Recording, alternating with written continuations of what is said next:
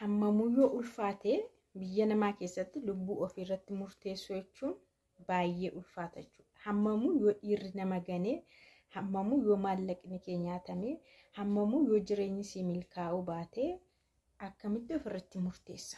Garuu anuunan jedha malee waan baay'ee yaadee nan beeka. Nan jedha malee yaadeen beekamee mucaan kun akkamitti akka ishee lubbuu ishee balleessite biyya Arabaa keessatti barreeffama gabaabaa tokko sinii barreessa jechuudha. Sinii dubbisa.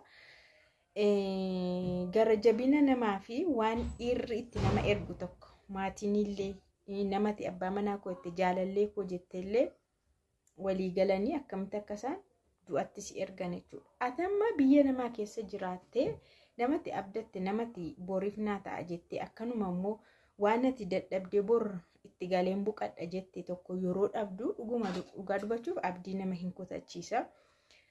Namni tokko immoo abdii hin qabu taanaan maaliif hin jiraadha bakka lafa kanarraa yoon of dhabamsiisee hoo jedhee kan ofitti murteessu jira.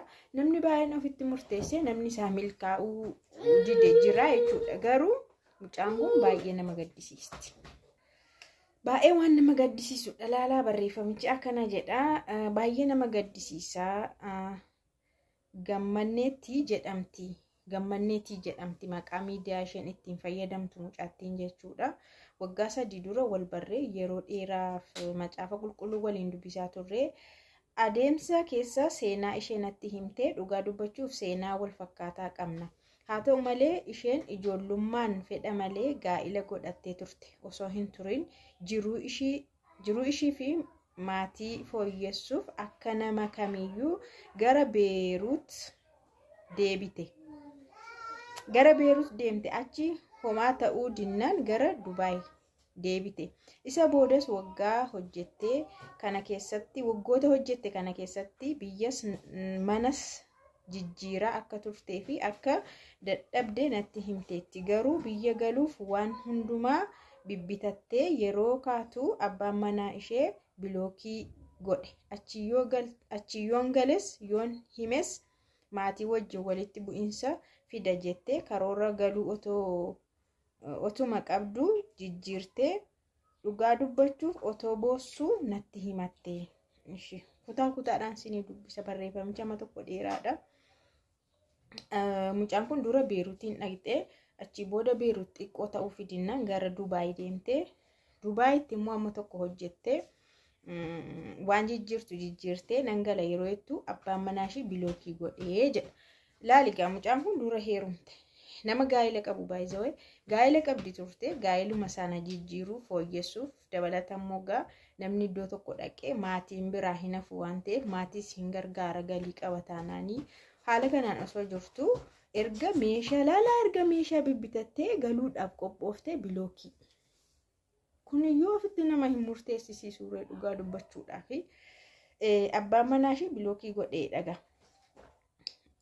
Lamaan keenya iyyuu waldaa garaagaraa keessa waaqeffanna garuu baay'ee natti dhiyaatti. Waldaa keessa jirrutti akka kadhatamuu fi mata duree himachuuf ijoolleen ollaa ishii waan jiraniif isheen yoo dhaga'an maatiitti himuu maatiin yoo dhaga'an immoo walitti bu'insatu uumama jettee waan yaadduu fi osoo gidduutti boossuu osoo mataa dhukkubsattuu dhoskitee akka namaa nagaatti haasofti turte. Erga hamma haalichi itti cime natti fakkaata badii kutattee ofirratti murteeffattee baay'een gaddaa jedha barreeffamichi jechuudha.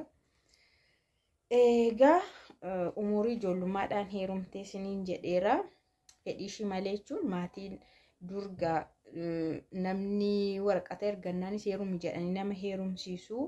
Namichi kun immoo jechuudha nama maatiin ishii beekan heerumsiisa waan ta'eef akka inni kana irratti raawwatee bilookii ishee godhe immoo yoo maatiin dhagahanii lolli hin uumamaa jechuudha rakkootu uumamaa. Kanaaf jecha mucaan kun dhoskitee isanni bilookii ishee godhe dhoskitee otoma deddeebituu haalli kun itti cimnaan ofirratti murteessite.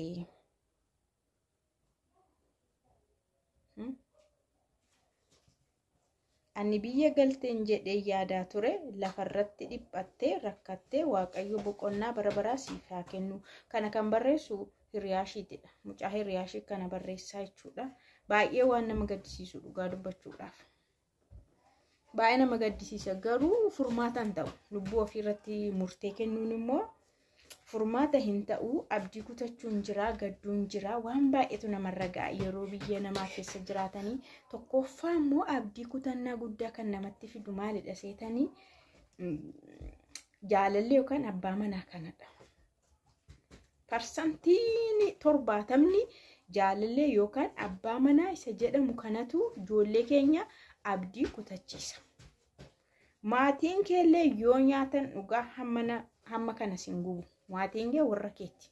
Warra keetidha haa nyaatan yoo nyaatanii jechuudha. Yoo fixanis isa nama ormaa kana halagaan kan sirraa nyaatee bilookiisi godhaniitii biraa itti fidee fuudhurraa warrumti kee akka barbaadan itti rakaa godhanii rahaa godhanii waan barbaadan godhanii kan isaanii maamiti garuu yeroo baay'ee parsantii 70 ol kan gidirsu abbaa manaa yookaan jaalallee isa jedhan kana.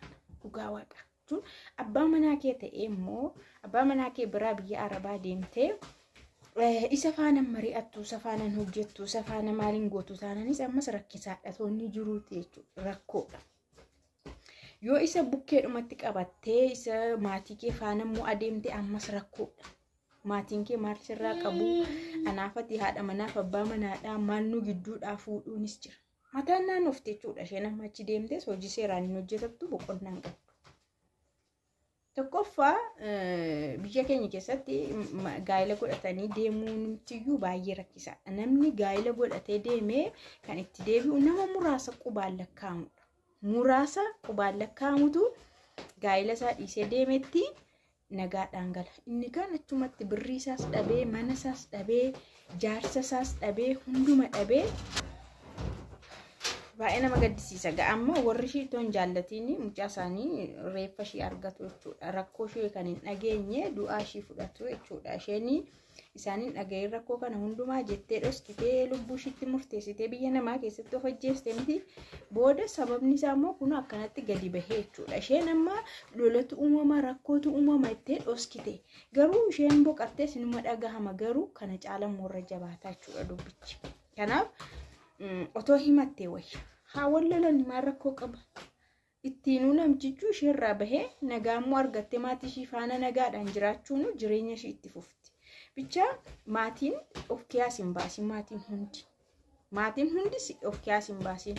Maatiin hundi yoo of kiyaas baasan rakkisaadha. Iddoo dhaqxu hin qabdu, nama faana mari'attu hin qabdu, halagaan halagaadha. Halagaa gaafa kolfaa, fira gaafa golfaa jedhan waan ta'eef halagaan gaafa bashaatu si faana jira. Yoo rakkoo wayii sirra uumame immoo warra kee aantee kee kanatu sitti dhiyaataa deema. Yoo dhukkubsatte illee isaantu barbaadan. Kanaaf himachuun dirqama. Rakkoo isinirra ga'e dhugaa dubbachuudhaaf akka mucaa kanaa dhoskitanii fudhattanii deemina. Dhuguma namni lubbuusaa balleesse boqonnaa hin qabu mootummaa waaqas hin dhaalu. Waa lama dhabduu ta'uun gaarii miti. Qabeenya fudhatee biloogisi godhemti bilookii ma godhettaa jiraatu hammam akka jiraatu immoo wal agartu akkamitti akka inni milkaa'u teessee dhagarta turte ati qabeenyichi hammam akka isa bira taa'uu fi hammam akka inni immoo sarratti boqonnaa argatee milkaa'ee jiraatu atu waggaa muraasa kee tokko lama keetti hin agarta. Garuu maal godhare hin jarjarte. Lubbuu kee amaaru dhugaa waaqa. Warri kaan garuu akkas of hin godhiina.